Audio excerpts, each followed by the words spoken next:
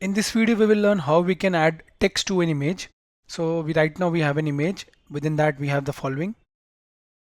We just need to add a text here. Let's say I'll be adding a text here. I'll keep the image here. I'll add a text. Okay, add your text. You can select the basic text, add your text, click here and here and select it, drag it here and mention webinar. Let's say I added this. So by selecting this, I'll be getting some options to change the font. Okay, click on more fonts and here it is. Some of the fonts, free fonts are available here.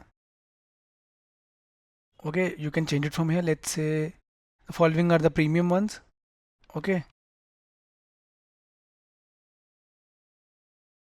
so we only have a,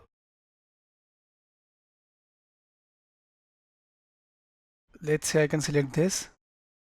Okay, so these are the templates. Let's say the following or the following webinar. From here in you can select if you want it to be bold, italic, semi bold. Okay, I'll be doing it regular. I need to select it. You can see I need to select it. Then I'll go for regular. Now it's fine. It's not bold. Now you can you can set the font. Since our complete image is really huge, so the font is quite 273. No problem. You can align it from here, align the text.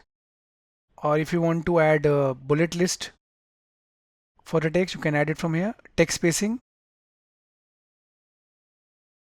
Okay, less opacity, outline thickness. Okay, what I'll do, I'll just keep the cursor here and add another text. Click on cross, add your text. Okay, so this is our text. I'll just mention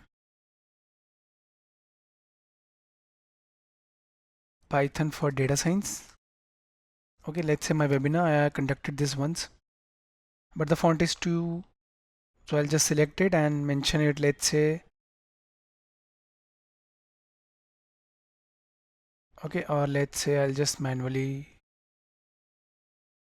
110, press enter. That's it. Webinar Python for data science. Okay, so the alignment is center. Let me change it to left. You can see it is fine now. Okay, and I can also set it to bold. Okay, but I'll keep it as it is. Italic, underline, you can do that. Underline, underline, and the formats are visible. You can use them. I'll change it. Rest keep as it is. So we have changed the text. In this way, you can easily add text to an image in Adobe Express. Thank you for watching the video.